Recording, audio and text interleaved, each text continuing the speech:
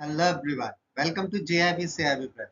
So as you all know, we are discussing the know your customer. हमने anti money laundering को तो सभी चीजें एंटी मनी लॉन्ड्रिंग में कवर कर ली है और अब हम जो है नो योर कस्टमर को कवर कर रहे हैं। नो योर कस्टमर में हमने अभी तक 5 चैप्टर्स को कवर कर लिया है एंड आई होप आपने ये चैप्टर्स जरूर देखे होंगे। ठीक है, और इस सेशन में हम डिस्कस करने वाले हैं इस सीरीज का last chapter, training and awareness. Know your customer का लास्ट चैप्टर है ये, जो कि है training and awareness. So guys, start करते हैं और सबसे पहले देखते हैं कि इसका स्ट्रक्चर क्या है। तो ये बहुत ज्यादा मतलब इसके अंदर इस स्ट्रक्चर को डिस्ट्रीब्यूट नहीं किया गया। इसके अंदर दो कॉन्सेप्ट है बेसिकली, स्टाफ ट्रेनिंग अवेयरनेस और दूसरा है customer awareness. Basically staff training and awareness के अंदर भी बहुत सारे कॉन्सेप्ट हैं, ऐसे ही कस्टमर अवेयरनेस के अंदर भी बहुत सारे कॉन्सेप्ट है। तो यदि दो स्ट्रक्चर आपको दिख रहे हैं तो ऐसा नहीं है, ये चैप्टर थोड़ा सा लेंदी भी है। ठीक है, तो चलिए स्टार्ट करते हैं और देख हैं सबसे पहले ऑब्जेक्टिव्स को। इस चैप्टर के क्या ऑब्जेक्टिव्स हैं? To understand the significance of sensitising both the staff and the customers regarding the AML CFT measures for effectiveness. ठीक है, यहाँ पर जो है हम बोथ स्टाफ और कस्टमर्स के जो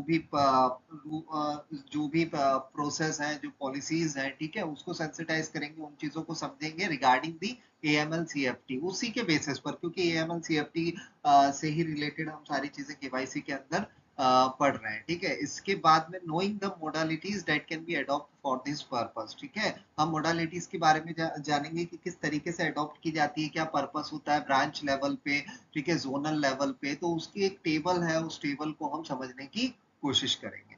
ठीक है, सो चलिए स्टार्ट करते हैं। और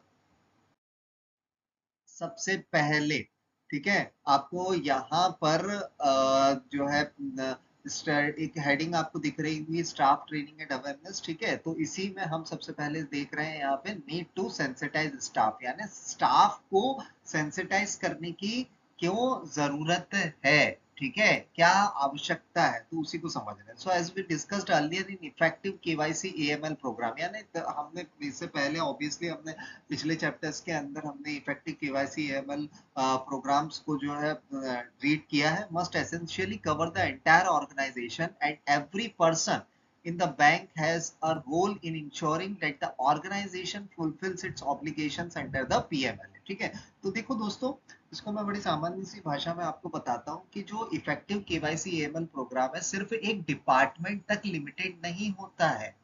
ठीक है, बल्कि पूरे ऑर्गेनाइजेशन को कवर करता है। हर एम्प्लॉय के रोल होते हैं इसके अंदर। ठीक है, क्लियर यहाँ पे?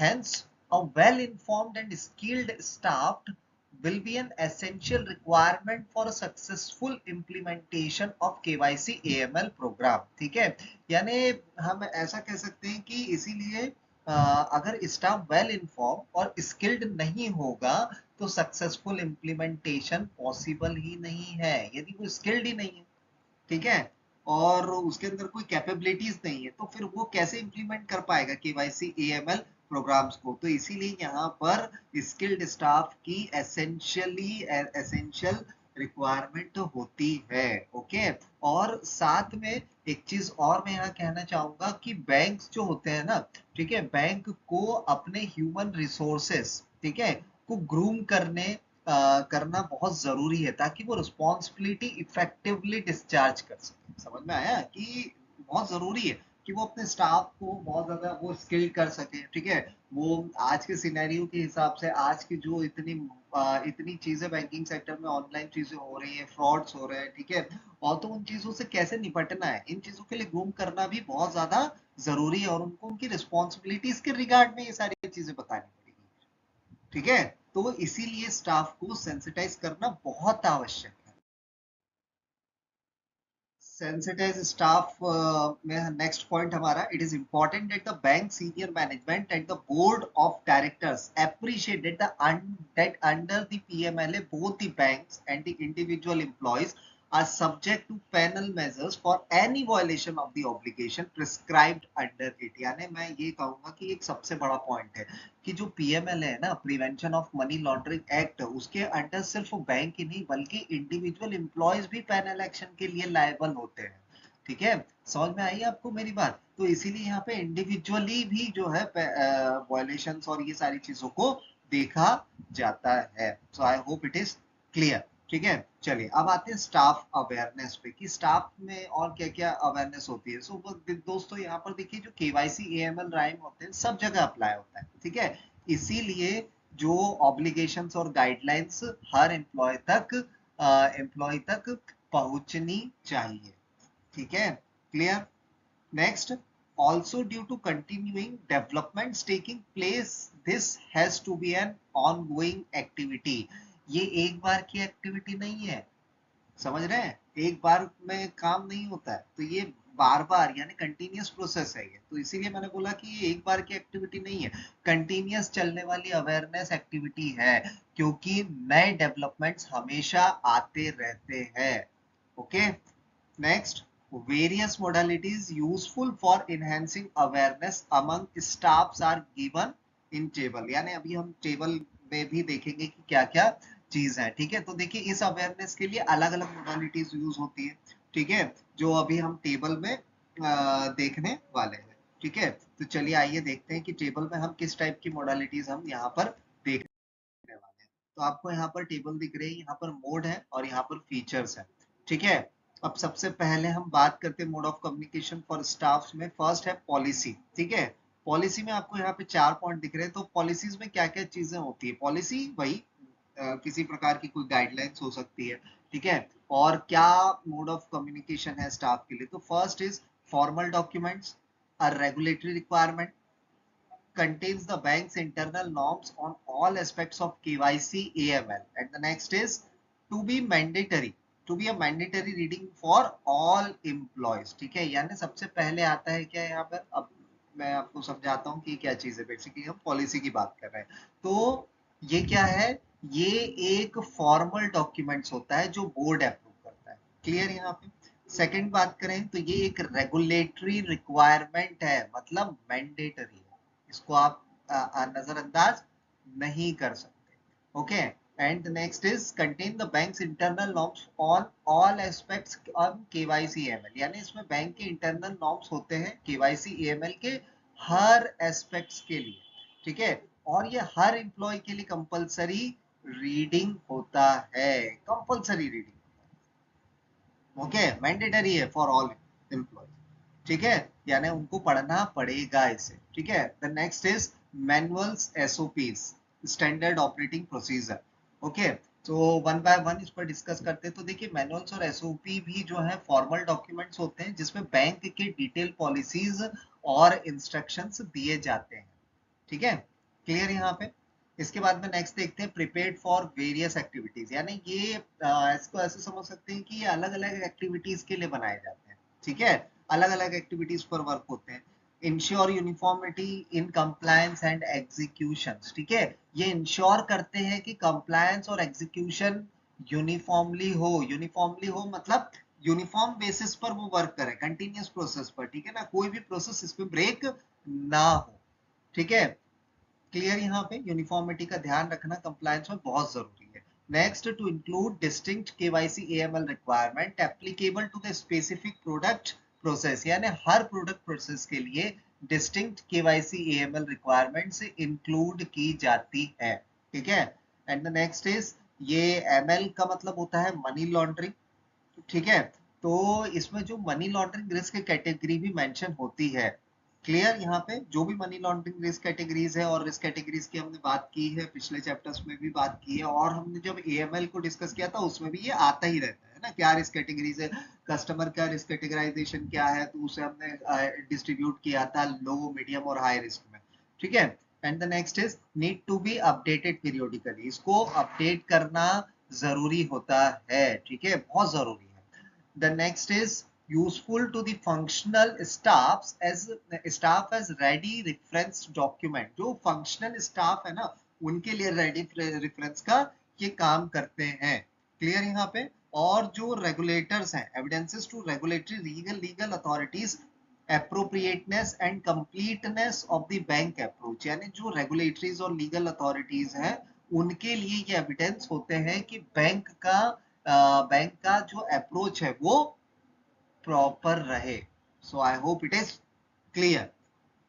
चलिए आगे बढ़ते हैं टेबल में और आगे देखते हैं क्या है हमारे लिए। तो रेगुलर सर्कुलर्स है and guidelines notes frequently asked question FAQs वगैरह है, ठीक है। तो जो रेगुलर सर्कुलर्स है उसकी यदि बात करें तो जो सर्कुलर्स होते हैं ना वो भी फॉर्मल डॉक्यूमेंट्स होते हैं जो बैंक के इंस्ट्रक्शंस एविडेंसेस के जो इंस्ट्रक्शन एविडेंसेस होते हैं वो चीजें उसके अंतर्गत होती है, ठीक है। Prevent in all banks because banking is highly regulated activity, ये हर बैंक में कॉमन है क्योंकि बैंकिंग एक हाईली रेगुलेटेड एक्टिविटी है ना, रिजर्व बैंक ऑफ इंडिया के रूल्स एंड रेगुलेशन से वर्क करती है, ठीक है। नेक्स्ट की बात करें हम यहाँ पे convenient for quick and prompt dissemination of any development, यानी जो सर्कुलर्स होते हैं ना, सर्कुलर्स का फायदा है क्विक और प्रॉम्प्ट डिसमिनेशन ऑफ अपडेट्स, ठीक है। ये बहुत सर्कुलर्स का क्या फायदा है कि भैया कोई सर्कुलर आया है तो क्विकली उस पर क्या हम जो है एक्टिविटी अपनी कर पाएंगे ना, प्रॉम्प्ट हम एक्शंस ले पाएंगे, तो ये बहुत जरूरी है किसी डेवलपमेंट के लिए, ठीक है। Next is employ needs to keep track of new circular issue, जो एम्प्लॉयज होते हैं ना उनको नए सर्कुलर ट्रैक करते रहना जरूरी है। और उसी के बाद में हम बात करें नेक्स्ट पॉइंट की, तो जो पूरे सर्कुलर्स रेफर करना मुश्किल होता है, ठीक है, जो पुराने हैं, ठीक है, तो वो सर्कुलर नहीं हो पा रहे तो उनको रेफर करना क्या होगा, बड़ा मुश्किल होगा, लेकिन क्रॉस रेफरेंसिंग सर्च टूल से हेल्प हमें मिलती है यहाँ पे, ठीक है। Difficult for user to refer old instructions, तो इसीलिए मैंने बोला कि जो पुराने जो सर्कुलर होते हैं उनको रेफर करना बड़ा मुश्किल हो जाता है। So it facilitate to some extent through cross referencing robust search facilities, okay. आइए अब आते हैं गाइडलाइंस नोट्स और एफएक्यू में। तो यहाँ ये इनफॉर्मल मोड कम्युनिकेशन है, okay, useful for conveying rational purpose of various requirement, ये एक्सप्लेन करते हैं कि रिक्वायरमेंट का जो रैशनल पर्पस है वो बेसिकली है क्या, ठीक है। नेक्स्ट पॉइंट की बात करें तो जो इंपॉर्टेंट एस्पेक्ट्स होते हैं ना उनको रिकैप करने के लिए ये बड़ा यूजफुल टूल है, ठीक है। Next, being brief more likely to be read by wider audience, ठीक है, जो कि छोटे और ब्रीफ होने की वजह से ज्यादा लोग इजीली पढ़ पाते हैं, ठीक है। और नेक्स्ट की बात करें, can be used in unique approach for the peculiar situation, okay. तो जो पिक्यूलियर सिचुएशंस होती है ना उसमें अप्रोच क्लैरिटी करने के लिए भी ये यूज होते हैं, ओके। चलिए आगे बढ़ते हैं। Next is flyer EDMs, informal mode of again communication, ये भी इनफॉर्मल जो मोड होते हैं कम्युनिकेशन होते हैं। नेक्स्ट इनमें सिर्फ एक या दो पॉइंट एक टाइम पे दिए जाते हैं, okay. Next useful for focusing on critical aspects, तो दोस्तों क्रिटिकल एस्पेक्ट्स पे फोकस करने के लिए यूजफुल होते हैं। नेक्स्ट की बात करें, serves to remind about other related aspects, तो जो रिमाइंडर है ना ये रिमाइंडर का काम करते हैं, बेसिकली जो भी रिमाइंडर्स भेजता है तो उनका ये बेसिकली यूज करते हैं। और अगर सही जगह यदि हम बात करें नेक्स्ट पॉइंट की, likely to catch attention of all employees, it appropriately placed on internet on strategic points in the branches, यानी हम बात करें सही जगह पर प्लेस किया जाए, जी, यानी कि इंटरनेट ब्रांचेस हो गई तो सब एम्प्लॉयज का अटेंशन ये कैच कर लेता है, okay. So I hope it is clear. Okay दोस्तों, so now coming to the need and coverage of staff training, ठीक है, हम नीड और कवरेज के बारे में बात करेंगे स्टाफ ट्रेनिंग से related. So the first is need for skill development, जैसा कि आप सभी को पता है कि स्किल डेवलपमेंट बहुत जरूरी है किसी भी ऑर्गेनाइजेशन में, किसी भी वर्टिकल में हम बात करें तो, ठीक है। तो इसी पर हम डिस्कस करने वाले हैं। So the first is given the nature of KYC AML procedures, the bank's employees need to develop requisite skills in order to meet their respective obligations. यानी दोस्तों केवाईसी और एएमएल का प्रोसीजर काफी टेक्निकल और detailed होता है, ये आप सभी को पता है। हर एक बैंक एम्प्लॉय को अपनी रिस्पॉन्सिबिलिटी समझने और इफेक्टिवली और एफिशिएंटली फुलफिल करने के लिए स्किल डेवलप करना बहुत जरूरी है, ठीक है। इसलिए यदि हम बात करें, it is therefore necessary to train bank staff in KYC AML concept and processes okay. So इसलिए बैंक स्टाफ को केवाईसी और एएमएल के कॉन्सेप्ट्स और प्रोसेसेस पे ट्रेनिंग देना बहुत इंपॉर्टेंट है, ताकि वो बेसिकली प्रैक्टिकल जो सिचुएशन होती है ना, उस प्रैक्टिकल सिचुएशन में रूल्स को करेक्टली अप्लाई कर सके। यदि वो उसका दिमाग यदि चलेगा, यदि वो बेटर स्किल्ड होंगे, वो बेटर नॉलेज, वो एक नॉलेजेबल पर्सन होंगे, उनको आपने उस चीज का नॉलेज दिया, आपने उनको स्किल किया है, आपने उन पर काम किया है, तो बिल्कुल वो उन कॉन्सेप्ट को समझकर वो नेसेसरी जो भी चीजें हैं, जो प्रैक्टिकल सिचुएशन है उसमें जो रूल्स है, उनको ऑब्वियसली करेक्टली अप्लाई कर पाएंगे। तो ओके, इसके बाद में हम बात करते हैं programmes for all levels.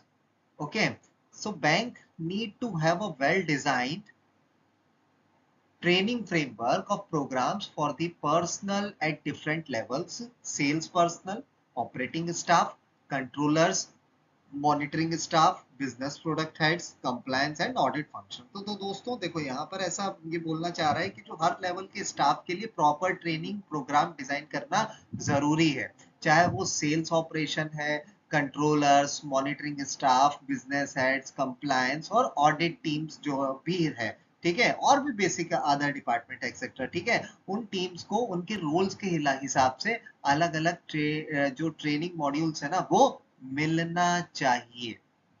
Okay, so I hope it is clear. Let's move to the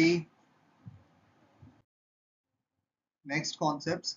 अब आते हैं हम need and coverage of staff training में ही for board and senior management क्या कहते हैं, ठीक है। Even the board of directors and senior management of banks need to be covered in training framework because they carry the responsibilities for the bank, having an appropriate KYC policies and adequate organizational setup with the designated directors being responsible for the bank fulfilling obligations under PML। तो दोस्तों ऐसा है कि जो board and senior management है ना, उनको भी ट्रेनिंग लेना बहुत जरूरी है, क्योंकि रिस्पॉन्सिबिलिटी उनकी है ना एक प्रकार से। तो इसीलिए रिस्पॉन्सिबिलिटी है कि भैया बैंक का जो केवाईसी पॉलिसी है, ठीक है, और ऑर्गेनाइजेशनल सेटअप है, वो प्रॉपर हो। तो सभी को ट्रेनिंग की रिक्वायरमेंट होती है और उन्हें ट्रेनिंग लेना जरूरी भी होता है। तो जो डेजिग्नेटेड डायरेक्टर है, वो इंश्योर करता है कि बैंक पीएमएलए के ऑब्लिगेशन, जो बैंक्स होते हैं ना, वो पीएमएलए के ऑब्लिगेशंस फॉलो कर रहा है या नहीं, ठीक है, prevention of money laundering act, ठीक है। तो ये जिम्मेदारी होती है डेजिग्नेटेड डायरेक्टर की, ये ध्यान रखिए कि किसकी जिम्मेदारी होती है इन चीजों को इंश्योर करने की। नेक्स्ट आते हैं differentiated programs. It is also essential that every employee of a bank imparted with training in KYC AML in view of applicability of this provisions to all the activities of bank। Okay, तो देखिए दोस्तों, यहाँ पर ऐसा है कि जो trainings होती है ना, ट्रेनिंग में उनको रेगुलेटरी फ्रेमवर्क, कंप्लायंस, मॉनिटरिंग और रिपोर्टिंग के एस्पेक्ट्स डिटेल में समझाना, या हम कह सकते हैं उन्हें समझाए जाते हैं, तभी तो वो काम कर पाएंगे, ठीक है। और इसी के साथ में जो हर एम्प्लॉयज है ना, ठीक है, हर एम्प्लॉयज को केवाईसी एएमएल की ट्रेनिंग लेना जरूरी है, ठीक है, क्योंकि उनके जो प्रोविजंस है, बैंक की एक्टिविटीज है, उनमें ये चीजें एप्लीकेबल हो।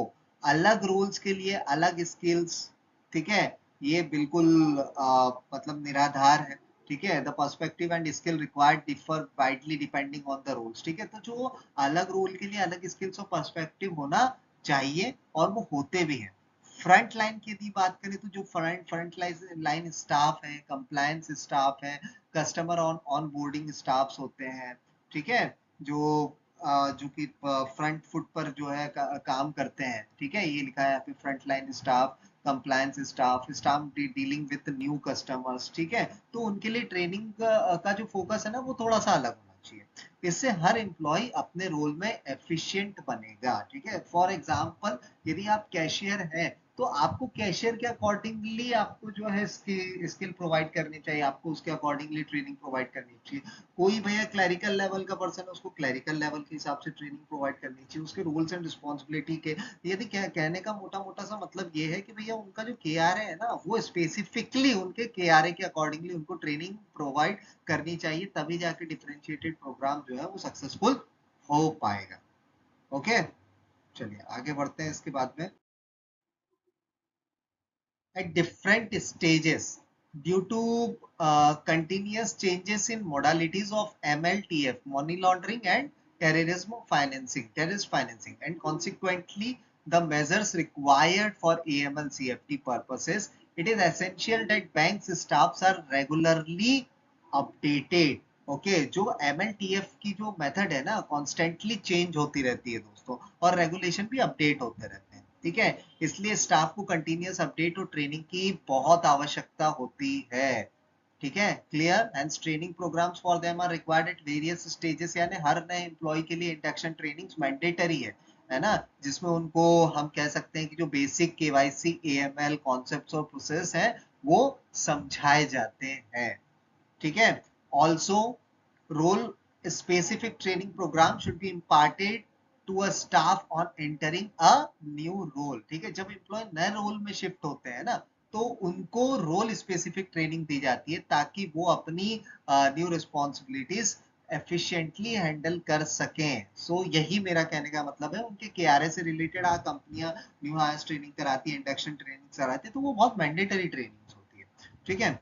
Next is functionaries directly dealing with AML CFT related aspects and the executives handling sales and operations activities directly need to be imparted. Refresher training periodically, say once in 2 or 3 years, ठीक है। सो दोस्तों देखो, ऐसा है कि जो staff directly AML CFT handle करता है ना, या सेल्स ऑपरेशन में इन्वॉल्व हो, है ना, उनको रिफ्रेशर ट्रेनिंग हर 2-3 साल में देना बहुत जरूरी होता है, ठीक है। हर 2-3 साल में उनको ट्रेनिंग देना जरूरी होता है ताकि वो नॉलेज अपडेट करते रहें, and I hope it is clear. Okay, so now coming to the scope of training programmes. और ट्रेनिंग प्रोग्राम्स में हम सबसे पहले तो देखेंगे कुछ जनरल एरियाज पर हम बात करेंगे। सो देखते हैं क्या है ये। So the following topic should be discussed in the training programmes for all levels through the focus and extent will be varied according to the targeted group, ठीक है। तो दोस्तों देखो, यहाँ पे जो सभी इंप्लॉयज होते हैं ना, सभी इंप्लॉयज को कॉमन टॉपिक कवर करने पड़ते हैं यहाँ पे, ठीक है। क्लियर यहाँ पे। तो जो भी टॉपिक्स हैं, ठीक है, जो ट्रेनिंग प्रोग्राम्स है, ठीक है, किसी के अलग अलग लेवल के होते हैं, ठीक है ना, तो क्या टारगेटेड ग्रुप्स हैं, तो उन्हीं चीजों पर हम डिस्कस करने वाले हैं, ठीक है। तो ग्लोबल कंसर्न अबाउट एमएल, यानी हम बात करें तो money laundering and finance terrorism, ठीक है। इसके बाद में vulnerability of bank and their crucial role. तो जो ग्लोबल जो MLFT कंसर्न्स हैं, बैंक की वल्नरेबिलिटीज हैं और उनके जो रोल है। इसके बाद में इंटरनेशनल बॉडीज के इनिशिएटिव्स की यदि हम बात करें तो वो यहाँ पर आते हैं। एफएटीएफ्स और अदर बॉडीज की जो गाइडलाइंस हैं, ठीक है, उनको कवर किया जाता है। ये टारगेटेड ग्रुप्स की मैं बात कर रहा हूँ, ठीक है ना। जो जनरल एरियाज होते हैं, क्या क्या चीजें कवर होती है। Obligations of banks under PML and panel panel provisions, यानी जो पीएमएल ऑब्लिगेशंस है और जो पेनाल्टीज हैं उनकी बात है। फिर रिजर्व बैंक ऑफ इंडिया और आईबीए जो गाइडलाइंस है, ठीक है, उनके रूल्स हैं। और रिस्क बेस्ड अप्रोच की यदि बात करें तो जो रिस्क बेस्ड अप्रोच है, वो सारी चीजें यहाँ पर डिस्कस होती है। तो जो फोकस ग्रुप है उसके हिसाब से डेप्थ वेरी करेगी यहाँ पे। मैं ये नहीं कह रहा कि जितने टारगेटेड ग्रुप है ना, जो डिस्कस किए जाते हैं ट्रेनिंग प्रोग्राम्स में अलग अलग लेवल पे, उनको बहुत ज्यादा डिटेल में बताया जाता है, ऐसा नहीं है। जो डेप्थ है ना, वो वेरी करती है कि किस स्टाफ को किस तरीके की ट्रेनिंग हमको प्रोवाइड करनी है, ठीक है ना। उसकी एक्सपर्टीज पर उसका क्या कियारे है, ठीक है ना, की रिस्पॉन्सिबिलिटीज उसकी क्या है, ठीक है, और उसको किस चीज की ट्रेनिंग की जरूरत है, तब जाकर वो वेरी करेगा कि भैया कहाँ पर उसकी किस डेप्थ, हमें कितना उसके डेप्थ में जाना है। Okay, so I hope it is clear. Okay सो अब आपको यहाँ पर एक टेबल दिख रही है जिसमें डिफरेंशियल एरियाज हैं, ठीक है। यहाँ पर हम टेबल में समझेंगे कि स्पेसिफिक टारगेट ग्रुप्स क्या है। ओके सो यहाँ पर देखिए टारगेटेड ग्रुप, सैलिएंट फीचर्स। अब हम बात करेंगे, देखिए यहाँ पर है ना कंटेंट वाइज जो है इसको डिस्ट्रीब्यूट कर दिया गया है, ठीक है। जैसे कि बोर्ड एंड सीनियर मैनेजमेंट, तो इस कॉन्सेप्ट में हम समझेंगे कि बोर्ड और सीनियर मैनेजमेंट जो है के स्पेसिफिक जो टारगेट्स होते हैं वो क्या होते हैं, उनकी रिस्पॉन्सिबिलिटीज क्या होती है इनके बारे में, ठीक है।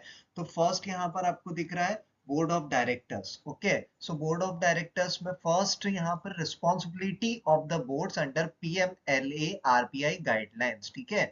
यानी कि जो हमारे बोर्ड्स हैं, ठीक है, तो जो बोर्ड्स हैं उनको इंश्योर करना होता है कि बैंक पीएमएलए और आरबीआई की गाइडलाइंस फॉलो करे, ठीक है। अगर बैंक डिफॉल्ट हो जाता है, ठीक है, किसी कारण से, ठीक है, तो जिम्मेदारी किस पर आएगी? बोर्ड पर आती है यहाँ पे, ठीक है।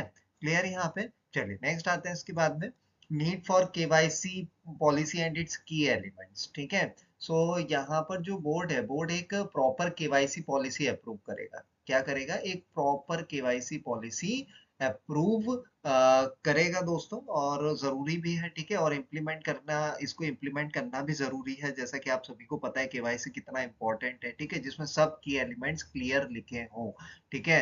अब कैसे की एलिमेंट्स क्लियर लिखे हो? तो जैसे कस्टमर आइडेंटिफिकेशन हो गया, है ना। इसके अलावा और हम समझने की कोशिश करें तो वेरिफिकेशन है, मॉनिटरिंग है, ठीक है, ये सारी चीजें इसमें आती है। Okay next, major high risk lines customer categories for the bank, ठीक है। तो इसका मतलब यहाँ पर यह है कि जो बोर्ड है, ठीक है, जो बोर्ड है उनको ये आइडेंटिफाई करना होता है कि कौन से बिजनेसेस और कस्टमर से ज्यादा रिस्क वाले हैं, ठीक है। For example cash heavy business या political exposed person. Okay clear यहाँ पे? अब आते हैं इसके बाद में designated director and senior management, responsibility of designated and senior management. यहाँ पर जो डेजिग्नेटेड डायरेक्टर्स और सीनियर मैनेजमेंट है उनकी जिम्मेदारी होगी, तो बेसिकली क्या होगी? तो देखिए ये लोग एएमएल सीएफटी कंप्लायंस के मेन रिस्पॉन्सिबल होते हैं। ये मैंने आपको पिछले चैप्टर में भी समझाया था, ठीक है। और एफआईयू इंडिया रिपोर्टिंग के लिए अकाउंटेबल होते हैं। क्लियर यहाँ पे? इसके बाद में देखिए factors affecting ML FT risk, ठीक है, फाइनेंशियल टेररिज्म रिस्क, ठीक है। सो यहाँ पर जो मैनेजमेंट है ना, ठीक है, जो भी मैनेजमेंट होता है, सीनियर मैनेजमेंट है, डायरेक्टर लेवल पे जो मैनेजमेंट है, ठीक है, उनको ये देखना होता है कि अलग अलग प्रोडक्ट्स, कस्टमर्स और ज्योग्राफिक रीजन से रिस्क कितना वेरी कर रहा है, और फिर उसके हिसाब से उसके रिस्क को डिस्ट्रीब्यूट करना होता है, ठीक है। अब जब कर दिया, उन्होंने वेरीफाई कर दिया, अब क्या करेंगे? इसके बाद में फॉर्मुलेट करेंगे, ठीक है, formulate AML CFT strategy for the bank, ठीक है। यानी जो पूरे बैंक है उसके लिए एक कंप्रहेंसिव एएमएल सीएफटी स्ट्रेटेजी बनाना और इम्प्लीमेंट करना उनकी जिम्मेदारी है, ठीक है। क्लियर यहाँ पे? इसके बाद हम देखते हैं need for KYC policy and it's की एलिमेंट्स, ठीक है। यानी जो पॉलिसी है उसको सिर्फ लिखना ही नहीं है, बल्कि उसे हर एक की एलिमेंट को ऑर्गेनाइजेशन में इन्फोर्स करना भी बहुत जरूरी होता है, ठीक है। इसके बाद में organization setup and IT system requirement, जो भी ऑर्गेनाइजेशनल सेटअप है उसको करना है, आईटी सिस्टम रिक्वायरमेंट्स है, ठीक है। यानी जो एएमएल अलर्ट्स और सस्पिशियस ट्रांजैक्शंस मॉनिटरिंग होती है उसके लिए स्ट्रॉन्ग आईटी सिस्टम और प्रॉपर ऑर्गेनाइजेशन स्ट्रक्चर होना बहुत जरूरी है, ठीक है।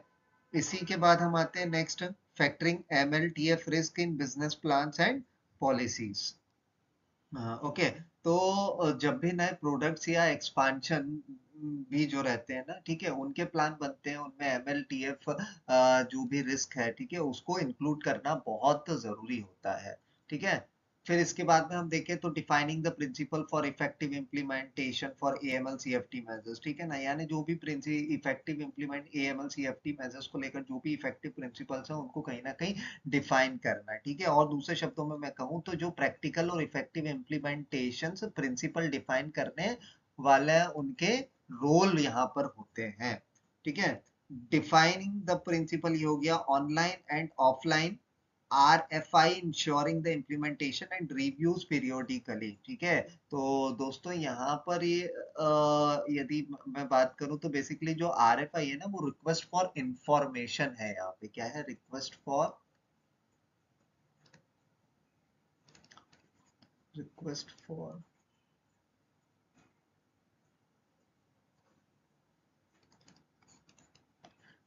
फॉर इंफॉर्मेशन, ठीक है। तो बेसिकली इसका टाइमली रिव्यू और कंप्लायंस चेक करना उनकी रिस्पॉन्सिबिलिटी होती है। Okay, so I hope it is clear. तो देखिए बेसिकली क्या है ना, यहाँ पर कुछ ग्रुप्स हैं और उनके स्पेसिफिक टारगेट्स हैं, ठीक है, जिसको उनको फुलफिल करना होता है। तो फॉर एग्जांपल हमने बोर्ड ऑफ डायरेक्टर्स के बारे में बात किया, designated director and senior management की रिस्पॉन्सिबिलिटीज के बारे में बात किया। तो यही इस टेबल के अंदर डिफरेंशियल एरिया है, ठीक है, कहाँ कहाँ पर डिफरेंशिएशन।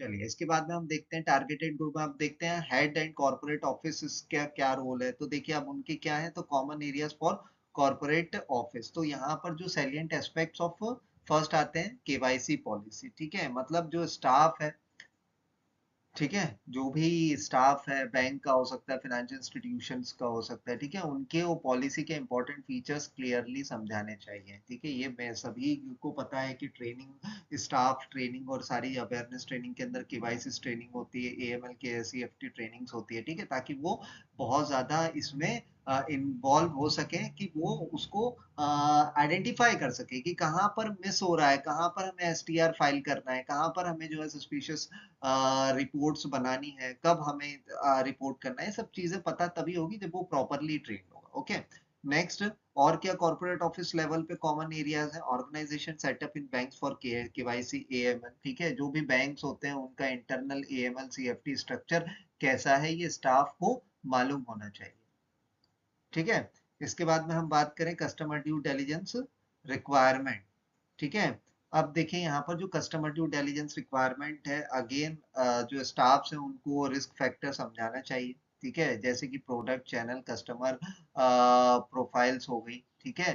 तो ये सारी चीजें, इसके अलावा दूसरी और यदि बात करूं तो कस्टमर ड्यू डिलिजेंस की, तो जो लो रिस्क कस्टमर है, मीडियम रिस्क कस्टमर्स है, ठीक है, उनकी रिक्वायरमेंट क्या है, उसके अकॉर्डिंगली उनके केवाईसी को वेरीफाई करना है, ठीक है। ये कॉमन एरिया है। Customer risk categorization and high risk customer, वही है रिस्क कैटेगराइजेशन क्या है, तो तीन पार्ट होते हैं, लो मीडियम एंड हाई रिस्क, और उसी के बेसिस पर हम सीडीडी और ईडीडी के अकॉर्डिंगली हम उनकी केवाईसी को करते हैं, ठीक है। अब आते हैं यहाँ पे नेक्स्ट, हमारे पास में जो नेक्स्ट कॉन्सेप्ट है वो क्या है, तो product channels location risk categorization, ठीक है। अगेन वही चीज है दोस्तों, यहाँ पर की जो मैं बात कहूँ तो जो रिस्क है वो अलग अलग होती है, डिपेंड करता है प्रोडक्ट के टाइप पर, चैनल पर, या फिर लोकेशंस पर, ठीक है।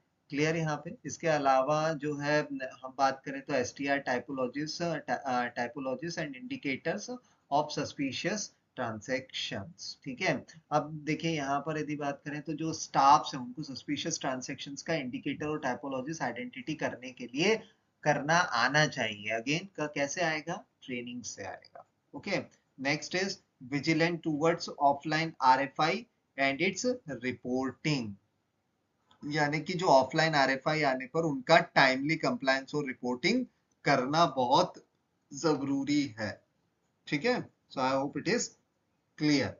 चलिए आगे बढ़ते हैं। इसके बाद में अब आते हैं प्रिंसिपल ऑफिसर्स, हेड या staffs of KYC AML functional unit. Okay, so यहाँ पर देखें तो responsibilities of principal officers for FIU AML CFT units की बात करें तो यहाँ पर जो प्रिंसिपल ऑफिसर्स हैं एफआईयू इंडिया को रिपोर्ट्स भेजना और एएमएल कंप्लायंस को मॉनिटर करने के लिए डायरेक्टली रिस्पॉन्सिबल होते हैं, ठीक है। इसके बाद में हम आते हैं formulating KYC policies of the bank, banks के लिए केवाईसी पॉलिसीज को ड्राफ्ट करना, अपडेट करना और इम्प्लीमेंट करने उनका काम होता है, ठीक है। इसके बाद में हम बात करें तो designing organization setup for ensuring KYC AML requirements, ठीक है, यानी जो दोस्तों जो एएमएल और केवाईसी के लिए जो भी बैंक्स है ना, उसमें प्रॉपर ऑर्गेनाइजेशन की जो स्ट्रक्चर है, ठीक है, उसको डिजाइन करना। इसके बाद में हम बात करें तो determine IT system requirement, IT system requirement भी बहुत जरूरी है। यदि आईटी सिस्टम स्ट्रांग होगा तब जाकर ही तो सस्पिशियस ट्रांजैक्शन अलर्ट के आ पाएंगे, तो इसीलिए आईटी आईटी सिस्टम को स्ट्रांग होना यहाँ पर बहुत जरूरी है।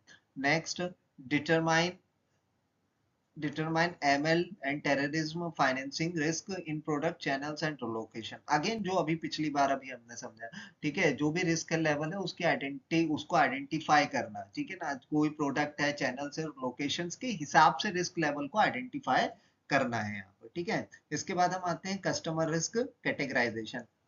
अगेन वही, जो कस्टमर्स है उसको लो मीडियम हाई रिस्क में क्लैरिफाई करना, ओके सॉरी क्लासिफाई करना उनको, ठीक है। आप कैटेगराइज कर देंगे तब जाकर तो आप उसको इम्पोर्टेंट, उसको प्रॉपर कंप्लीट कर पाएंगे, ठीक है।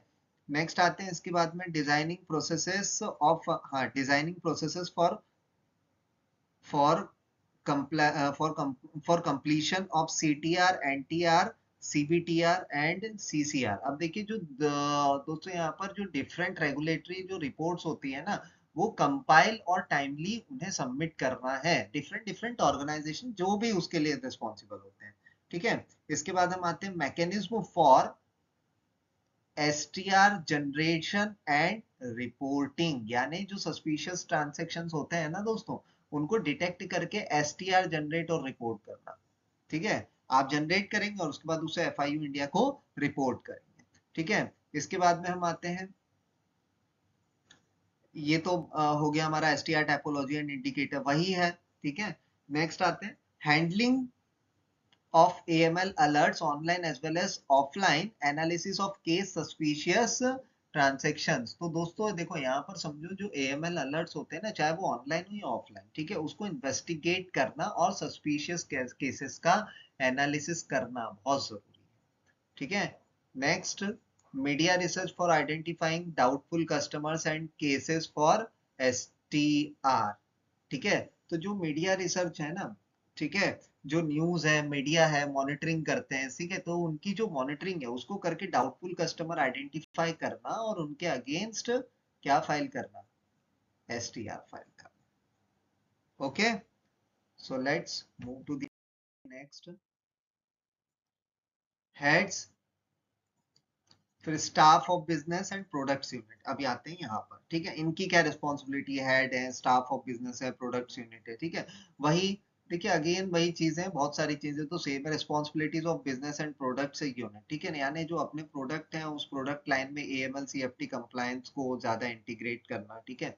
इसके साथ में AML CFT एस्पेक्ट्स भी to be included in product paper, SOP। तो जो अपने प्रोडक्ट, यदि हम इसकी बात करें तो यहाँ पर जो प्रोडक्ट डॉक्यूमेंट्स और जो SOPs होते हैं ना, उसमें AML नॉर्म्स क्लियरली लिखना, ठीक है।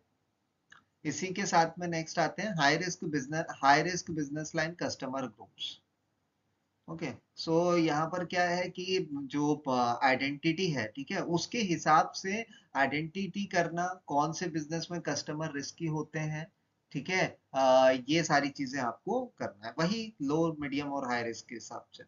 वही ट्रेनिंग, नेक्स्ट है training learning about reporting central office in terms of PMLA के रिगार्डिंग्स जो भी ट्रेनिंग्स वगैरह होती है, ठीक है, सस्पिशियस अलर्ट्स जो भी हैं उसके बेसिस पर उसको रिपोर्ट करना एज पर पीएमएलए गाइडलाइंस, ठीक है। नेक्स्ट आते हैं इसके बाद में हेड स्टाफ ऑफ प्रोसेसिंग। अब operation unit at the corporate and nodal office की बात करें तो customer due diligence requirement for various types of customers, ठीक है।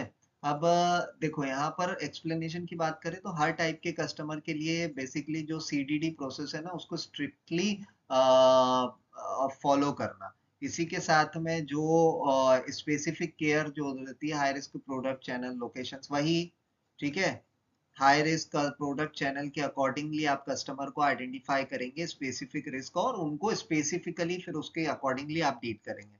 Next, identifying and doubtful suspicious cases and its report mechanism, ठीक है।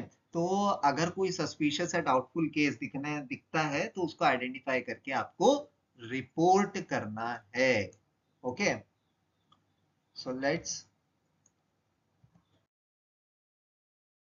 Move to the next, common areas for zonal regional level. अब आते हैं कॉमन एरियाज क्या है zonal और रीजनल लेवल पे, वही salient features of KYC policies, ठीक है, factor affecting ML and TF। तो यहाँ पर जो रीजनल और यदि हम बात करें एमएल और टीएफ की यहाँ पे, तो देखिए जो रिस्क फैक्टर है ना उनको रेगुलरली एनालिसिस करना। इसके बाद में कस्टमर ड्यू डिलिजेंस रिक्वायरमेंट, वही चीजें हैं दोस्तों, ठीक है। तो ये पूरा टेबल यदि आप देखेंगे ना तो सेम सेम चीजें यहाँ पर निकल कर आती है, तो इसको हम बार बार इसको रिपीट यहाँ पर नहीं करते हैं, ठीक है। इसके बाद में देखिए यहाँ पर ब्रांच लेवल की functionaries at zonal nodal control unit पे वही है, रिस्पॉन्सिबिलिटीज ऑफ दिस फंक्शनरीज, यानी ये जो लोग होते हैं वो डायरेक्टली जो है कस्टमर्स को स्क्रूटनी करते हैं, ठीक है। इसके अलावा check the various types of customer, जो कस्टमर्स होते हैं, ठीक है। हर कस्टमर की कैटेगरी के लिए जो भी स्पेसिफिक चेकिंग्स और जो चेकलिस्ट होती है उसके हिसाब से ये लोग जो है कस्टमर्स को चेक करते हैं। Scrutiny of transaction and identify deficiencies in them, ठीक है। इसके ये जो है बेसिकली दोस्तों जो ट्रांजेक्शन्स होते हैं ना उनको प्रॉपरली चेक करके उनमें अगर कोई डेफिशिएंसी है तो वो आइडेंटिफाई करते हैं, ठीक है। इसके अलावा additional check for high customer, so basically जो हाई का रिस्क कस्टमर है उनके लिए एक्स्ट्रा ड्यू डिलिजेंस करते हैं। अब आते हैं additional care for high risk products channels और लोकेशंस।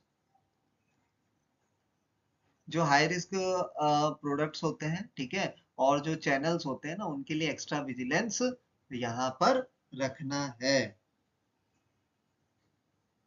ओके, चलिए नेक्स्ट आते हैं कॉमन एरियाज फॉर ब्रांच। अब ब्रांच लेवल पे क्या क्या चीजें हो सकती है, क्या चीजों का ध्यान रखना है, सेम चीज है दोस्तों। Salient feature of aspect KYC policies का ध्यान रखना है, ठीक है ना, जो भी उनके सेलिएंट एस्पेक्ट्स है उसको फुलफिल करना है। फैक्टर अफेक्टिंग एमएलटीएफ रिस्क की हम यदि बात करें यहाँ पे, ठीक है, तो जो कस्टमर है ना, तो कस्टमर और प्रोडक्ट के रिस्क को एक्सेस करके ब्रांच लेवल पे करना बहुत जरूरी है, तब जाकर ही एमएल और एफटी रिस्क को आप कंट्रोल कर सकते हैं, ठीक है। Customer due diligence requirement for various types of customer, CDD जो कि जो रिक्वायरमेंट है आप कस्टमर के रिस्क के अकॉर्डिंगली आप उसको जो है वहां पे इन्वॉल्व करेंगे। इसके बाद हम आते हैं modalities of customer due diligence and additional checks for high risk customers, ठीक। ऑर्गेनाइजेशनल सेटअप, वही चीजें हैं दोस्तों, सेम सेम चीजें हैं। Okay, so I hope it is clear. यहाँ पे आपको सिर्फ ये चीजें ना पॉइंट वाइज पढ़ना है, क्योंकि हो सकता है कि आपसे पूछा जाए कि ब्रांच लेवल पे common areas for branch level पे क्या है। तो देखिए ना, मैक्सिमम केसेस में कोई भी फंक्शन हो, ठीक है, और कोई सा भी जोन हो, कोई सा भी लेवल हो, ब्रांच लेवल हो सकता है, जोनल लेवल हो सकता है, नोडल लेवल हो सकता है, रीजनल लेवल हो सकता है, सब में है ना बहुत सारी चीजें तो कॉमन है, ठीक है, एक दो चीजों को छोड़कर। तो आपको इसमें ज्यादा कंफ्यूज नहीं होना है कि इतना ज्यादा ये कंटेंट है।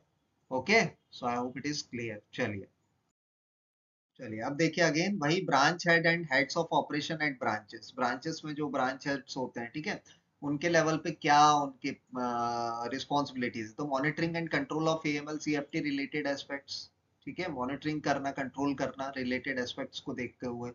विजिल एट ब्रांच फंक्शनरीज है ना, जो भी ब्रांचेस हैं, ठीक है, उनको प्रॉपरली मॉनिटर करना, ठीक है, उनकी जो स्टाफ्स हैं, जो उनके स्टाफ्स हैं उनकी एक्टिविटी पर नजर रखना ताकि कोई इरेगुलरिटी यहाँ पर ना हो। Reporting any suspected employees cases, ठीक है, जो भी सस्पेक्टेड एम्प्लॉय केस है उनको रिपोर्ट करना। इसके बाद में ब्रांच ऑपरेशन स्टाफ की यदि बात करें तो केयर इन हैंडल रेगुलर कस्टमर ट्रांजेक्शंस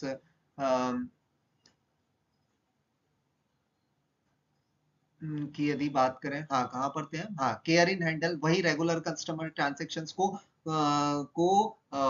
ध्यान से देखना है। यदि कोई ट्रांजेक्शन सस्पिशियस दिख रहा है तो you should inform, you should report, है ना, और make the report STR, suspicious transaction reports, and then in report to FIU India, ठीक है।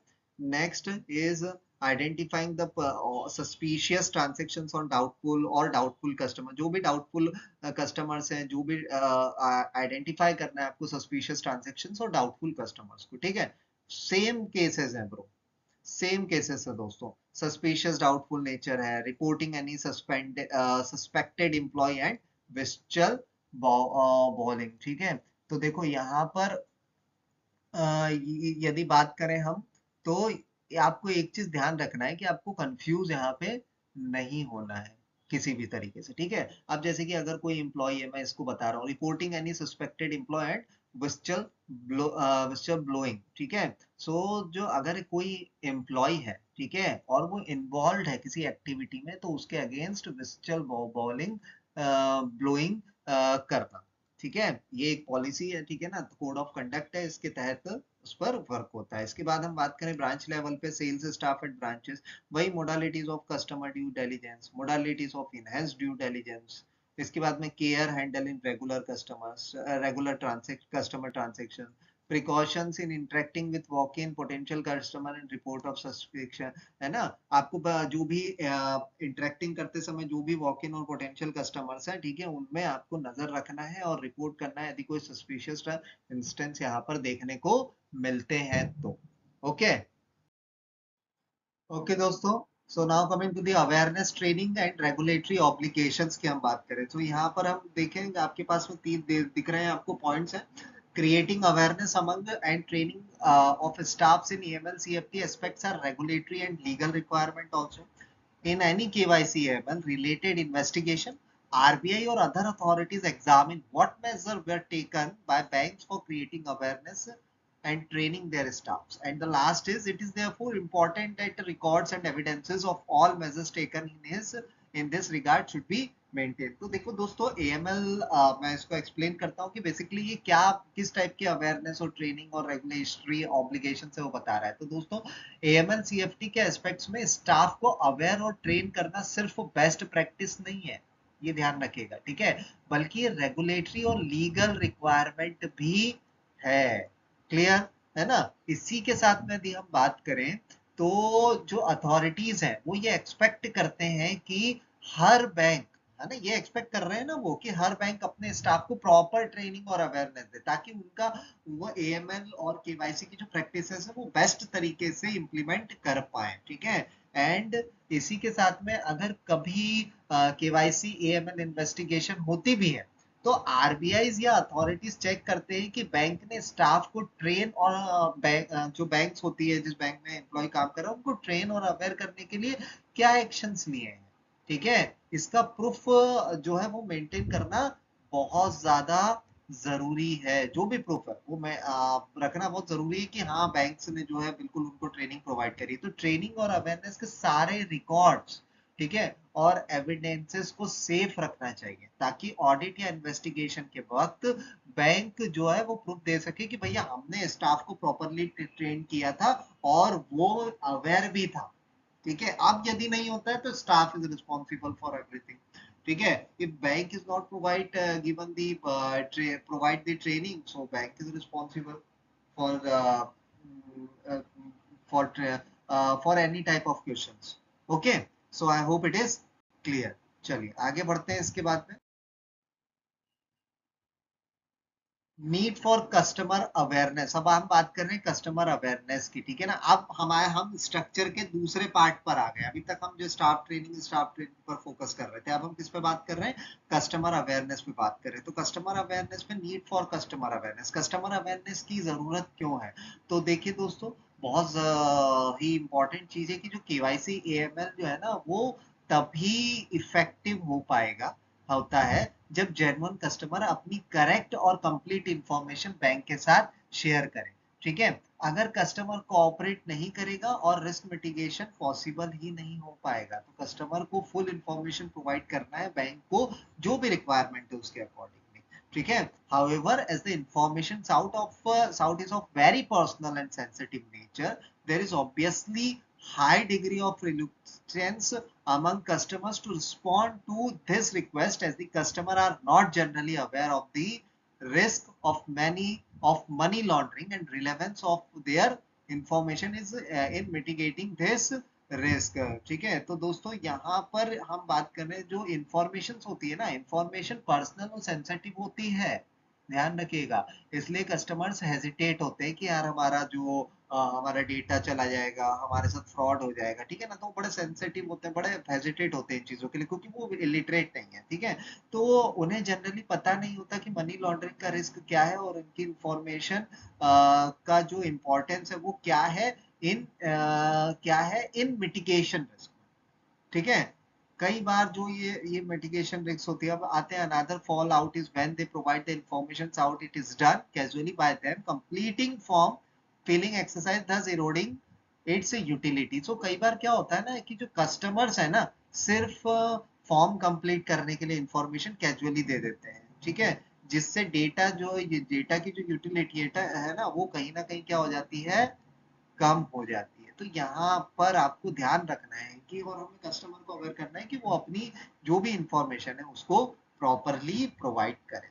ओके, अब देखिए इसी के साथ में यदि हम बात करें तो जो कस्टमर्स होते हैं ना उनको एजुकेट करना बहुत ज्यादा जरूरी होता है। It is important to sensitize the customer about the following aspects. तो क्या क्या एस्पेक्ट्स हो सकते हैं, ठीक है, तो जो है negative impacts of money laundering and terrorism financing, ठीक है, तो यदि ऐसा नहीं होता है ना, तो और तो क्या चीज है, तो ठीक है ना, तो जो मनी लॉन्ड्रिंग और टेररिज्म फाइनेंसिंग है ना उसका एक नेगेटिव इम्पैक्ट क्या है, बैंक का मिसयूज जो भी हो रहा है, ठीक है, बैंक का मिसयूज मतलब कैसे हो सकता है, कैसे रिस्क मिटिगेट की जा सके और कस्टमर इंफॉर्मेशन का रोल रिस्क रिड्यूस करने में क्या है। तो ये सारी ही चीजें, risk of bank Bing use, money laundering of terrorism financing, measures that can help mitigating this risk and importance of customer information for bank mitigating this risk। भाई मैंने बोला कि जो कस्टमर इंफॉर्मेशन है उसका रोल और रिस्क है reduce करने के लिए क्या है, ये सारी चीजें पता होनी चाहिए। ओके, अब आते हैं मोड ऑफ कस्टमर अवेयरनेस में। कस्टमर अवेयरनेस के क्या मोड्स हो सकते हैं, तो उसमें हम सबसे पहले देखेंगे individual customer. The most obvious point for creating awareness is when a customer is contacted for opening an account of availing an any other product. So individual दोस्तों, जो इंडिविजुअल कस्टमर है ना उनके लिए अवेयरनेस क्रिएट करना सबसे obvious है। जब वो अकाउंट ओपन कर रहे हो या कोई प्रोडक्ट अवेल कर रहे हो तो कर रहे हो उस समय ये चीजें देखना जरूरी है। The sales staff of the bank therefore should be made aware need to do so, ठीक है, जो सेल्स स्टाफ होते हैं ना उनको ये इम्पोर्टेंस समझाना चाहिए, है ना, इम्पोर्टेंस समझाना चाहिए और ब्रांच स्टाफ विजिट के दौरान उन्हें एजुकेट करने की के लिए जो केवाईसी एएमएल है ना वो भी बहुत ज्यादा इम्पोर्टेंट है। They can therefore explain the customer this aspects whenever the customer visit the branch inquiries carrying out transaction, ठीक है, तो जो ब्रांच स्टाफ है, ठीक है, उनको भैया कस्टमर को सेंसिटाइज करना, उनको ये एक्सप्लेन करना है कस्टमर को, है ना, कि कस्टमर जब भी विजिट कर रहा है ब्रांच तो इस दौरान उन्हें एडुकेट करें केवाईसी एएमएल से रिगार्डिंग और कि क्यों इंपॉर्टेंट है, हम आपकी इंफॉर्मेशन क्यों ले रहे हैं, आप अपनी गलत इंफॉर्मेशन देंगे तो भैया आपको नुकसान होगा, ये सारी चीजें you should inform to the customer. Okay, so I hope it is clear. अब आते हैं हम एग्जिस्टिंग कस्टमर्स की बात करें तो जो एग्जिस्टिंग कस्टमर्स होते हैं ना उनके लिए फ्लायर्स, ठीक है, जो हमारे फ्लायर्स ईमेल्स एसएमएस पॉपुलर्स यूज किए जा सकते हैं, है ना।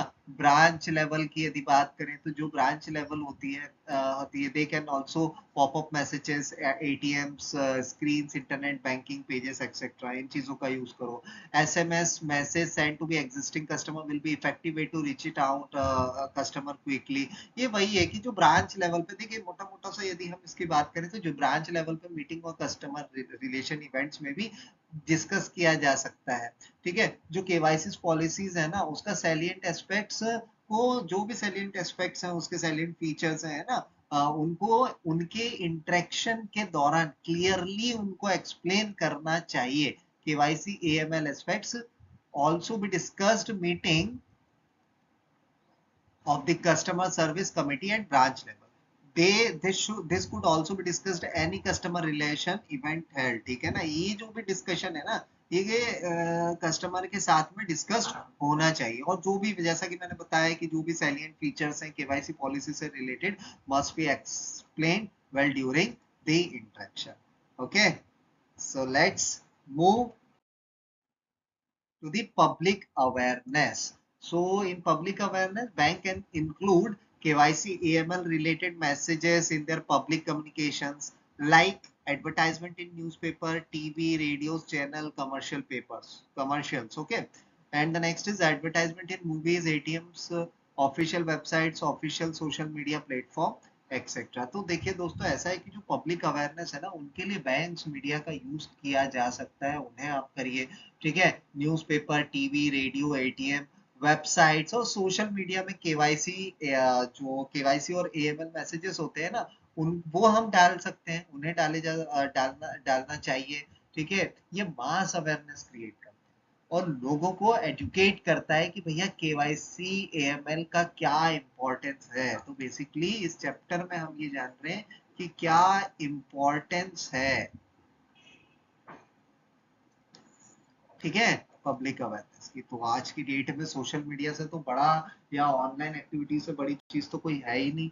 ठीक है, कस्टमर को से इंटरेक्ट करने के लिए, तो इसीलिए ये सारी चीजों को उससे हम एडुकेट कर सकते हैं, केवाईसी एएमएल की इंपॉर्टेंस उनको बता सकते हैं। ओके। ओके, सो आते हैं यहाँ पे क्वेश्चंस पे। अब आपके सामने एक क्वेश्चन दिख रहा है जिसमें स्टेटमेंट है, 4 स्टेटमेंट है, 4 ऑप्शन है, आपको बताना है इन 4 स्टेटमेंट से में से कौन सा स्टेटमेंट सही है। ठीक है, सो चलिए रीड करते हैं। Consider the following statements regarding KYC, AML, CFT interconnectedness. ठीक है, आप भी केवाईसी, एएमएल, सीएफटी इंटरकनेक्टनेस के रिगार्डिंग जो स्टेटमेंट है, आपको बता रहा है कौन सा स्टेटमेंट सही है। ठीक है, so both money laundering and terrorist financing require a strong organizational well like corporate or NGO। ठीक है, both money laundering और terrorist financing में जो है एक स्ट्रॉन्ग ऑर्गेनाइजेशनल विल चाहिए, कॉर्पोरेट और एनजीओ के जैसे। इसी के साथ में large crime, second, large crime money is being deployed into genuine business through benami transaction. जो भी लार्ज क्राइम मनी मनी होता है, वो कहीं ना कहीं जो है जेन्युइन बिजनेस में लगाया जाता है बेनामी ट्रांजैक्शंस के थ्रू। ठीक है, क्या ये इंटरकनेक्टेड है ऐसी एएमएल और सीएफटी से? तो आपको ये देखना है। Okay, third, establishing true identity of customer is the primary AML CFT mitigants। ठीक है, यानी जो कस्टमर्स हैं, ठीक है ना, जो AML CFT मिटिगेंट्स है, एक प्राइमरी जो है कस्टमर्स की आइडेंटिटी को स्टेब्लिश्ड करते हैं कहीं ना कहीं। ठीक है, transaction monitoring is irrelevant in AML CFT. AML CFT में जो ट्रांजैक्शन मॉनिटरिंग है वो कहीं ना कहीं इररिलेवेंट है, वो नहीं मैच करती है। So which of the following option is correct? And the correct option is option A, 1, 2 and 3। ठीक है, ये इररिलेवेंट नहीं, बिल्कुल रिलेवेंट है। ठीक है, जो ट्रांजैक्शंस मॉनिटरिंग होती है, जब भी यहाँ पर ट्रांजैक्शंस मॉनिटरिंग करते हैं, जैसे कि एसटीआर का मैं एग्जांपल लूं, ठीक है, सस्पिशियस ट्रांजैक्शन रिपोर्ट्स, तो ये जो भी रहती है, सबसे पहले आप क्या करते हैं, एक रिपोर्ट जनरेट करते हैं। ठीक है, और उसमें क्या होता है, आप सस्पिशियस अकाउंट ही तो चेक करते हैं, कोई ट्रांजेक्शन तो नहीं हुआ है। सपोज एक स्टूडेंट का अकाउंट और स्टूडेंट के अकाउंट में डेली के 10-10 लाख रुपए का ट्रांजेक्शन हो रहा है, तो वो आप उसको किस में डालेंगे, सस्पिशियस ट्रांजेक्शन में डालेंगे, और फिर उसका एक रिपोर्ट बनाएंगे। ठीक है, कि वो पैसा कहाँ से आ रहा है, क्या आ रहा है, और उसके बाद उसको रिपोर्ट करेंगे, तो वो रिलेवेंट है, ना कि irrelevant. Okay, so let's move to the next question.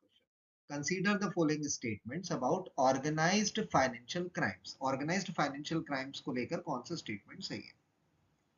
Plantation schemes duped investor in 1990s through false claims of returns। ठीक है ना, जो प्लांटेशन स्कीम्स है उसके तहत जो इन्वेस्टर है 1990 में कहीं ना कहीं फॉल्स क्लेम उन्होंने किया रिटर्न्स के थ्रू। आपको याद होगा, हमने चैप्टर के अंदर कुछ ऐसी कंपनीज पढ़ी है जिन्होंने फ्रॉड किया है, पैसा लेकर भाग गई और उन्होंने कहीं और पैसा इन्वेस्ट कर दिया, उन्हीं के बारे में। ऑर्गेनाइज्ड फाइनेंशियल क्राइम है ना, ऑर्गेनाइज्ड फाइनेंशियल क्राइम में क्या होता है, कोई कंपनी स्टेब्लिश की है तो ऑर्गेनाइज्ड है ना, और फिर उसको ऑर्गेनाइज्ड वे में वो लोगों को लूट रहे हैं। ठीक है, अब मैं यहाँ पर कोई किसी कंपनी का नाम नहीं लूंगा, बट ऐसे आपको ध्यान होगा कि एक टाइम था जब कुछ नेटवर्क मार्केटिंग कंपनीज हुआ करती थी। ठीक है, इसके अलावा आरडी एफडी के कॉन्सेप्ट में लोगों से डेली बेसिस पर पैसा लिया जाता था, मंथली बेसिस पर, और फिर वो इन्वेस्टमेंट करवाया जाता था, जब इकट्ठा हो गया पैसा वो कंपनी भाग जाती थी। ठीक है, तो वो क्या हुआ, ऑर्गेनाइज्ड हुआ, फाइनेंशियल क्राइम्स हुआ। ठीक है, उसी से रिलेटेड है। इसके बाद में the emu farm scam originated Erode Tamil Nadu. क्या ये जो ईएमयू फार्म स्कैम है, ये तमिलनाडु के एरोडे से सिटी से रिलेटेड है, एरोड सिटी से रिलेटेड है। ठीक है, इसके बाद में speak Asia promised double return in service but remitted funds to Singapore. ठीक है। ये जो स्पीक एशिया है कंपनी है, इसने प्रॉमिस किया था कि भैया वो जो भी कस्टमर है उनका रिटर्न डबल कर देगी, लेकिन वो पैसा कहाँ ट्रांसफर कर दिया, सिंगापुर में वो उन्होंने पूरा पैसा इन्वेस्ट कर दिया।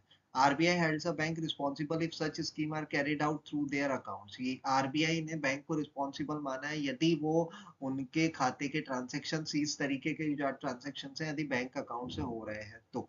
Okay, so which of the following option is correct? All correct, बिल्कुल सही है ना। ईएमयू तमिलनाडु से रिलेटेड है। 1990 में फॉल्स क्लेम ऑफ रिटर्न का केस आया था। स्पीक एशिया ने जो है सिंगापुर में अपने फंड्स को रिलीज डाइवर्ट कर दिया, और रिजर्व बैंक ऑफ इंडिया ने बिल्कुल रिस्पॉन्सिबल माना बैंक्स को कि आपके थ्रू या आपके थ्रू जो अकाउंट से ट्रांजेक्शन हो रहे हैं तो आप रिस्पॉन्सिबल हैं, क्योंकि आपका काम है ऐसी चीजों को रोकना। Okay, so let's move to the next question. Consider the following statements regarding plantation schemes scam. Okay, so the first is golden। अब देखिए यहाँ पे प्लांटेशन स्कीम स्कैम से रिलेटेड है। Golden forest limited collected around 3000। जो golden forest company है उसने 3000 करोड़ रुपए जो है कलेक्ट किए, लेकिन रिटर्न केवल 400 करोड़ किए। गोल्डन ट्री प्लांटेशन ने प्रॉमिस किया 80,000 का ऑन ₹500 इन्वेस्टमेंट ओवर 15 years। ठीक है, इसके साथ में this scheme were completely transparent and supervised by SEBI. Fourth, they siphoned money through related entities of for construction work। So related entities है, money को वहां पर डाइवर्ट किया गया कंस्ट्रक्शन वर्क्स में। So which of the following option is correct? 1, 2 and 4 is correct। ठीक है, ये ट्रांसपेरेंस नहीं थी और सेबी के द्वारा सुपरवाइज्ड नहीं की गई थी कंपनीज। ठीक है, अब बेसिकली जो कंपनीज होती है ना, हर कोई सेबी से ही रेगुलेट नहीं होता है ना, उनके वर्किंग पर डिपेंड करता है। हालांकि सेबी का इस तरीके की जो कंपनीज होती है उनमें इनका सुपरविजन होता है, बट इस गोल्डन फॉरेस्ट कंपनी का कोई ऐसा सेबी का सुपरविजन नहीं था। Okay, so let's move to the next. Consider the following statements about emu farms scams. ठीक है, जो ईएमयू फार्म्स स्कैम्स स्कैम है उससे रिलेटेड स्टेटमेंट आपको बताना है सही है या गलत। So first, investors were promised rupees 3.3 lakh crore return in 2 years on rupees 5 lakh investment. ठीक है, जो इन्वेस्टर्स हैं उन्होंने प्रॉमिस किया 3.3 लाख 3.3 लाख रुपीस रिटर्न का 2 साल में ऑन रुपीस 5 लाख इन्वेस्टमेंट। ठीक है, मतलब इतना वो रिटर्न प्रोवाइड करेंगे यदि 5 लाख इन्वेस्टमेंट करते हैं तो। Farms falsely claimed that everything EMU was marketable. Farms ने जो है फॉल्सली क्लेम किया कि सारा का सारा जो है कहाँ पर जा रहा है, वो मार्केट ईएमयू वो जो है वो मार्केटेबल है। ठीक है, सब कुछ जो है मार्केटेबल है, ये फॉल्सली क्लेम किया। इसके बाद में the scam lead estimated investor losses of ₹300-500 crore. जो स्कैम है उसका एस्टिमेटेड इन्वेस्टर्स जो है उनको लॉस हुआ 300 से 500 करोड़ रुपए। इसके बाद में promoters to several emu farms absconded leaving investors in the lurch. ठीक है, जो ईएमयू फार्म्स के जो प्रमोटर्स हैं, ठीक है, वो एब्सकॉन्ड हो गए, भाग गए। ठीक है, so which of the following option is correct? And the correct option is option C, all are correct, 1, 2, 3 and 4। Okay, so let's move to the next question। Consider the following statements regarding Ponzi collective investment schemes। जो Ponzi और एक collective scheme से investment scheme की हमने इस chapter में बात की थी, उसी से रिलेटेड ये क्वेश्चन है। तो आप ये बताइए कि जो पीएसईएल was ordered by SEBI to refund 49,100 crore to investors। पीएसईएल को ऑर्डर दिया गया सेबी के द्वारा कि वो 49,100 करोड़ रुपए इन्वेस्टर्स को लौटाए। इसके अलावा Speak Asia collected fund in the guise of survey subscription. ये सर्वे सब्सक्रिप्शन जो है उसमें स्पीक एशिया ने कलेक्ट किया फंड। इसके अलावा such schemes always avoid using the banking system. कुछ स्कीम्स जो है कहीं ना कहीं अवॉइड की जाती है बैंकिंग सिस्टम से चलाने के लिए। दे eroded public trust in commercial enterprises. ठीक है, कहीं ना कहीं उन्होंने पब्लिक के ट्रस्ट को कमर्शियल इंटरप्राइजेस ने कहीं ना कहीं में जो है पब्लिक ट्रस्ट को ट्रांसफर किया, eroded किया। Okay, so which of the following option is correct? And the correct option is option A 1, 2 and 4। ठीक है, कुछ scheme avoid using the bank statement, नहीं बिल्कुल ऐसा नहीं है। अब तो क्या है ना, अब तो क्या ये सारी चीजों में बहुत रिस्ट्रिक्शंस हो गया, लेकिन पहले कहीं ना कहीं अवॉइड नहीं की जाती थी, बैंकिंग सिस्टम के थ्रू ये किया जाता है, इसीलिए पब्लिक का इन कंपनीज पर, ऐसी कंपनी पर ट्रस्ट हो जाता था, इस तरीके का बैंकिंग सिस्टम बनाती थी। ठीक है, so let's move to the next question. Consider the following statements regarding the triad of organized criminals, है ना, ट्रायड ऑफ ऑर्गेनाइज्ड क्रिमिनल्स के से रिगार्डिंग है। Organised crime groups create fund through illegal activities, ये जो ऑर्गेनाइज्ड क्राइम ग्रुप्स होते हैं ये इलीगल एक्टिविटीज से फंड क्रिएट कर रहे हैं। Terrorist organisation use OCG fund finance operations, ये जो टेररिस्ट ऑर्गेनाइजेशन है वो कहीं ना कहीं ओसीजी फंड को यूज कर रहे हैं फाइनेंस ऑपरेशंस के लिए। Professional money launderers move fund but don't engage in crime themselves, ठीक है ना, ये जो प्रोफेशनल मनी लॉन्डर्स होते हैं वो कहीं ना कहीं फंड को तो यूटिलाइज करते हैं, लेकिन वो अपने आप को क्राइम में एंगेज नहीं करते हैं। PML reduce complexity and make detention easier, detection easier, ये जो पीएमएल है, प्रिवेंशन मनी लॉन्ड्रिंग, जो है वो कहीं ना कहीं कॉम्प्लेक्सिटी को रिड्यूस करता है और कहीं ना कहीं डिटेक्शन को आसान बताता है। तो विच of the following option is correct, and the correct option is option A 1, 2 and 3, ठीक है। प्रिवेंशन मनी, जो ये प्रोफेशनल मनी लॉन्ड्रर्स जो है वो रिड्यूस नहीं करते, कॉम्प्लेक्सिटी को बढ़ाते हैं और ये डिटेक्शन को और ज्यादा कॉम्प्लिकेटेड कर देते हैं, इसीलिए पीएमएलए का होना, prevention of money laundering act का यूज किया जाता है। इस तरीके जो प्रोफेशनल मनी लॉन्ड्रर्स होते हैं उनको ब्लैक से व्हाइट में जो मनी कन्वर्ट हो रही है उसको रोकना, और लेजिटिमेट इकोनॉमी को किस तरीके से ये नुकसान पहुंचा रहे हैं जिसके कारण अर्थव्यवस्था जो है वो खराब होती है, तो इन चीजों के लिए जो है इन प्रोफेशनल मनी लॉन्डर्स को रोकने के लिए एएमएल जो है वर्क के लिए आज पूरा विश्व इस पर वर्क कर रहा है। ठीक है, चलिए नेक्स्ट आते हैं। Consider the following statements about common KYC. First, common KYC से रिलेटेड है, repeated KYC requirement created inconvenience for customer, ये जो रिपीटेड केवाईसी जो होती है वो कहीं ना कहीं इनकन्वीनियंस क्रिएट करती है कस्टमर्स को। इसके बाद में सेकंड आते हैं, the sub committee of FSDC recommended a common KYC system, ये जो सब कमिटी है एफएसडीसी की वो कहीं ना कहीं कॉमन केवाईसी सिस्टम को रिकमेंडेड करती है। ठीक है, सेंट्रल केवाईसी रिकॉर्ड रजिस्ट्री जो है मैनेज करती है सरसाई के द्वारा। इसके अलावा C K Y C R issue a unique KYC identifier to each customer, जो C K Y C are है वो कहीं ना कहीं यूनिक केवाईसी आइडेंटिफायर हर एक कस्टमर के लिए इशू करती है।